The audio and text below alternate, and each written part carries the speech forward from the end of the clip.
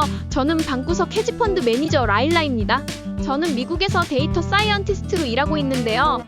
제 취미는 매일 주식 데이터를 받아 코드를 돌려 전략을 만들고 돈을 잃거나 벌든 제 돈을 투자해 전략을 실험해보는 것입니다. 오늘 나스닥은 실적 발표를 앞두고 장중에 0.78% 상승하며 사상 최고치를 기록했습니다. 18,000포인트를 유지하는 한 시장은 계속해서 상승세를 이어갈 것으로 보이며 두려워할 필요 없이 긍정적으로 바라볼 수 있을 것 같습니다. 저는 계속 나스닥이 전고점을 돌파할 것이라는 관점을 공유드렸는데 당분간은 나스닥이 주도하는 장세일 것 같습니다. S&P 500 지수는 오늘 0.616% 상승하며 약간 쉬어가는 모습을 보였고 메타와 알파벳은 실적 발표를 앞두고 큰 상승을 기록했습니다. 장 마감 후 구글이 좋은 실적을 발표하며 긍정적인 흐름을 이어갔습니다. 이번 주에는 S&P 500 기업 중 150개 이상의 기업이 실적을 발표할 예정이기 때문에 변동성이 예상되었지만 생각보다 무난히 진행되고 있습니다. 다음 주 대선을 앞두고 변동성이 더욱 커질 것으로 보이지만 상황이 예상대로 흘러가지 않을 수 있기 때문에 계속 지켜봐야 할 것 같습니다. 오늘 장 마감 후 구글이 실적을 발표하면서 엄청난 상승을 보였고 레딧도 큰 상승세를 기록하고 있습니다. 내일은 또 다른 중요한 실적 발표가 예정되어 있는데 특히 일라이 릴리가 장전 실적 발표를 앞두고 있으며 마이크로소프트와 메타도 실적을 공개할 예정입니다. 또한 비트코인이 계속 상승하는 가운데 관련 주식인 코인베이스와 로빈후드도 내일 실적을 발표할 것으로 보입니다. 먼저 주요 지수부터 분석하고 시작하겠습니다. 오늘 S&P 500은 상승을 보이며 여전히 단기 이동평균선을 지지선으로 삼아 안정적인 흐름을 유지하고 있습니다. 이러한 강한 지지선 덕분에 시장의 상승 모멘텀이 유지되고 있는 상황입니다. 저는 이 상황을 바탕으로 공격적인 트레이딩 전략을 계속 이어가고 있으며 스윙 트레이딩을 통해 꾸준히 수익을 창출하고 있습니다. 현재 지수가 지지선을 잘 유지하고 있기 때문에 추가적인 매수와 기회를 엿보며 시장 흐름에 맞춰 대응할 계획입니다. 이번 주 나스닥은 지난주 금요일 전고점을 터치하고 잠시 하락했지만 이번에는 확실히 돌파하면서 다시 상승세를 이어가고 있습니다. 특히 이번 주 빅테크 기업들의 실적 발표 이후로 나스닥이 시장을 다시 주도할 가능성이 높다고 생각합니다.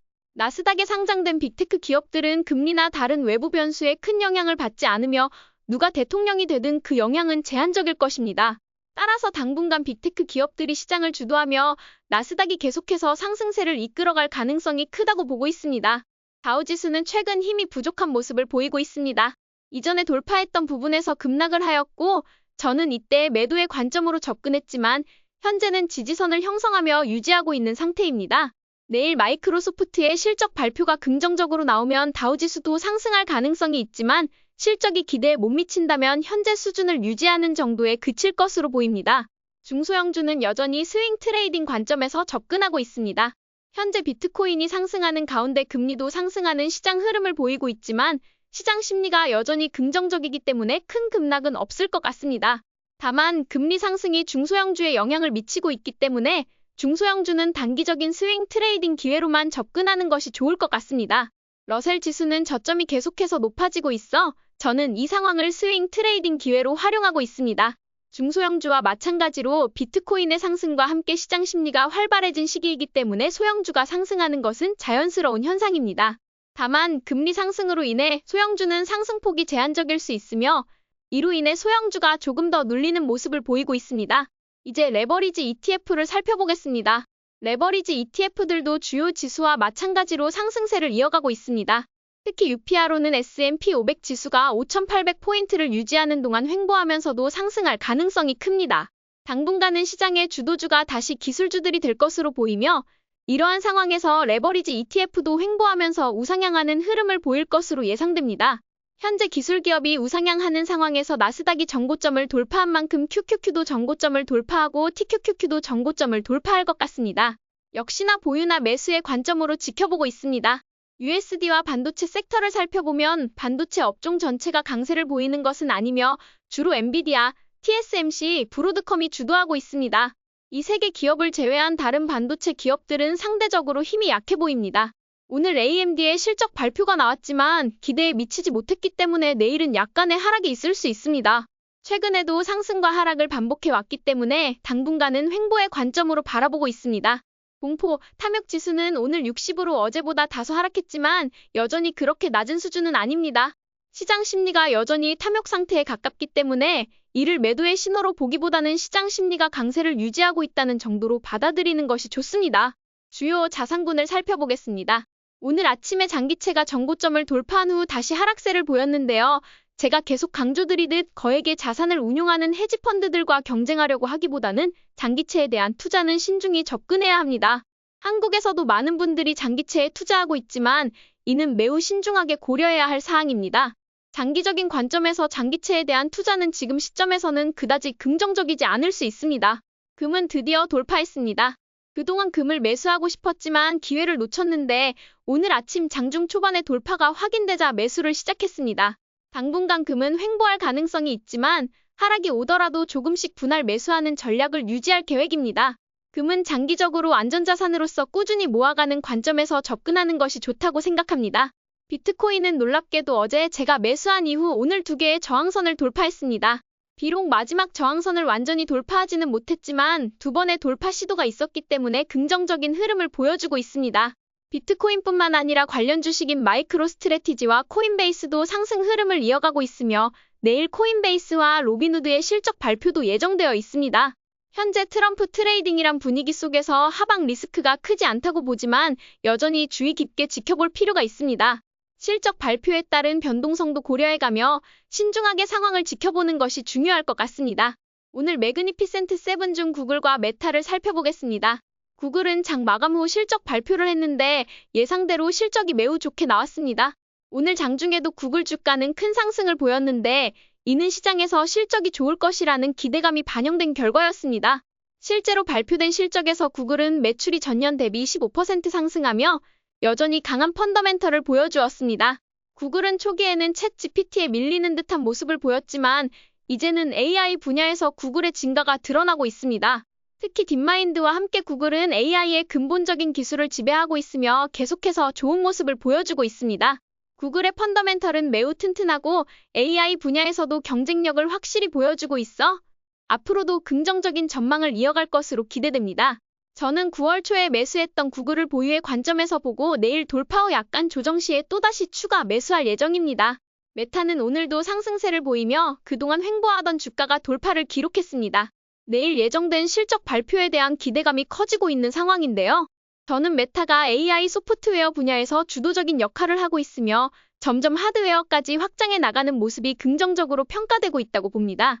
개인적으로 메타의 실적이 긍정적으로 나올 가능성이 크다고 생각하며 그동안 많은 양을 모아왔기 때문에 이번 실적 발표에서도 보유의 관점을 유지할 계획입니다. 설령 급락이 있더라도 메타의 미래는 매우 밝다고 판단하고 있으며 하락 시에는 장기적인 관점에서 분할 매수를 통해 더 많은 주식을 모을 계획입니다. 이제 섹터와 산업의 현황을 살펴보겠습니다. 현재 돈의 흐름이 전통적인 산업 관련 주식에서 기술주로 이동하고 있는 것이 분명합니다. 특히 기술주들은 지속적인 상승을 보이고 있으며 반면에 전통적인 산업주들은 하락하는 모습을 보여주고 있습니다. 이러한 흐름은 기술주가 시장을 주도하고 있다는 신호로 소프트웨어 관련 소형주들 역시 돌파하며 긍정적인 움직임을 이어가고 있습니다. 역시나 오늘도 커뮤니케이션 섹터와 기술주들이 강세를 보이며 다른 전통적인 주식들에서 자금이 빠져나와 이쪽으로 유입되는 흐름이 이어지고 있습니다. 이러한 자금 이동은 기술주가 시장에서 주도적인 역할을 하고 있음을 보여줍니다. 이제 어제 장 마감 후와 오늘 실적 발표가 있었던 몇몇 기업들을 살펴보도록 하겠습니다. 웨이스트 매니지먼트는 배당주로서 매우 안정적인 회사입니다. 우리가 일상적으로 보는 쓰레기 수거차를 운영하는 이 회사는 미국 전역에서 자주 볼 수 있을 만큼 인프라가 잘 갖춰져 있습니다. 오늘 아침 실적 발표에서 20%의 성장을 기록했고 어닝 서프라이즈도 3.9%로 긍정적인 결과를 보였습니다. 그동안 의료 폐기물 관련 회사 인수로 인해 주가가 주춤했지만 이번 실적 발표로 다시 힘을 얻고 있습니다. 웨이스트 매니지먼트는 미국 경제가 어려운 상황에서도 안정적인 수익을 창출할 수 있는 회사이므로 장기적으로 조금씩 모아가는 것이 좋은 전략일 수 있습니다. AMD는 최근 200일 이동평균선을 여러 차례 넘나들었고 오늘 실적 발표 이후 장 마감 후 하락세를 보였습니다. 저는 보통 200일 이동평균선 아래에 있는 기업들은 패스하는 편이기 때문에 AMD도 당분간은 지켜보지 않고 관망할 계획입니다. First Solar도 마찬가지로 200일 이동평균선을 붕괴한 후 오늘 장 마감 후 급락했습니다. 트럼프가 대통령이 된다면 태양광 관련 혜택이 줄어들 가능성이 있기 때문에 퍼스트 솔라는 당분간 횡보할 가능성이 크다고 생각합니다. 매매일지를 살펴보겠습니다. 현재 레버리지 ETF들은 보유의 관점을 유지하고 있고 UPROT, QQQ, SSO, QLD를 보유하고 있습니다. 이미 좋은 매수 지점에 들어간 만큼 추가 매수를 고려하기보다는 보유 관점을 유지하고 있습니다. 오늘도 돌파한 주식들을 매수했으며 지난주에 매수한 TWFG를 목표 수익률에 도달하여 매도를 진행했습니다. 이렇게 계획대로 목표 수익률에 도달한 주식은 수익 실현을 했고 나머지 주식들은 계속 보유하면서 상황을 지켜볼 예정입니다. 7월부터 알고리즘 투자로 얻은 수익을 JEPQ에 추가로 투자할 계획입니다. 배당금 투자는 여전히 진행 중이며 DGRO를 $5,000까지 모아가는 목표를 세우고 있습니다. 현재는 약 $4,200 정도를 모았고 계속해서 추가 매수를 이어갈 예정입니다. 9월 초부터 시작된 공격적인 상승장은 9월 12일 이후로 다양한 섹터의 로테이션 상승을 보여주고 있습니다. 다우가 먼저 상승하고 이어서 S&P 500 나스닥 그리고 비트코인이 돌파한 후 소형주들이 상승하는 흐름을 보였습니다. 최근 소형주들은 잠시 조정을 받았지만 이 로테이션에 따라 다시 상승할 가능성을 보고 있으며 시장은 계속해서 우상향을 이어갈 것으로 기대하고 있습니다. 트럼프가 대통령이 될 가능성이 커지면서 현재 주식시장은 이러한 기대감을 반영하며 상승세를 보이고 있습니다. 특히 비트코인과 관련 주식들이 상승하는 모습을 보면 투자자들이 이러한 가능성을 이미 가격에 반영하고 있는 것을 알 수 있습니다. 주식시장에는 Buy the rumors, sell the news 라는 명언이 있듯이 루머가 돌 때 매수하고 실제 뉴스가 발표될 때 매도하는 전략이 흔히 사용됩니다. 따라서 트럼프가 당선이 확정되면 기대감이 이미 반영된 주식들은 약간의 하락을 경험할 가능성도 있습니다. 그럼에도 불구하고 연말까지는 여전히 우상향의 관점으로 시장을 바라보고 있습니다. 저는 이럴 때일수록 더 많은 자산을 조금씩 분할 매수하는 전략을 유지할 계획입니다.